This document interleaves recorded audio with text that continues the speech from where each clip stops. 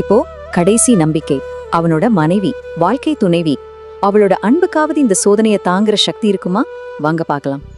அவளோட பதில் மனசையே உடைக்கிற மாதிரி இருக்கு. ஆனா ரொம்ப பிராக்டிக்கலா இருக்கு.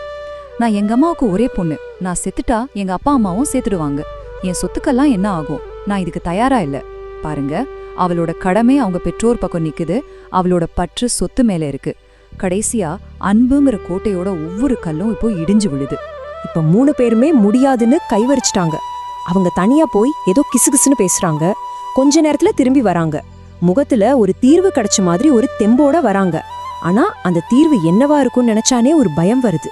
நம்பவே முடியாத ஒரு மாஸ்டர் பிளான சொல்றாங்க. சுவாமி, எங்களுக்கு நிறைய பந்த பாசம் இருக்கு. ஆனா உங்களுக்கு அப்படி எதுவும் இல்ல. உங்களுக்கு எந்த பொறுப்பும் கடமையும் இல்ல. அதனால நீங்க இந்த தண்ணிய குடிச்சு எங்க மகனுக்காக செத்துடுங்க. அதுக்கு பதிலா நாங்க உங்களுக்கு பிரம்மாண்டமா ஒரு பளிங்கு கல்லறை கட்டித்தரோம். என்ன ஒரு கொடூரமான திட்டம் பாருங்க. காப்பாத்த வந்தவரோட உயிரே கேக்குறாங்க. சுயநலத்தோட உச்சகட்டம் இது. எல்லாரும் பேசி முடிச்சதும் அந்த இடத்துல ஒரு கனத்த மௌனம். சுவாமி எதுவுமே பேசல.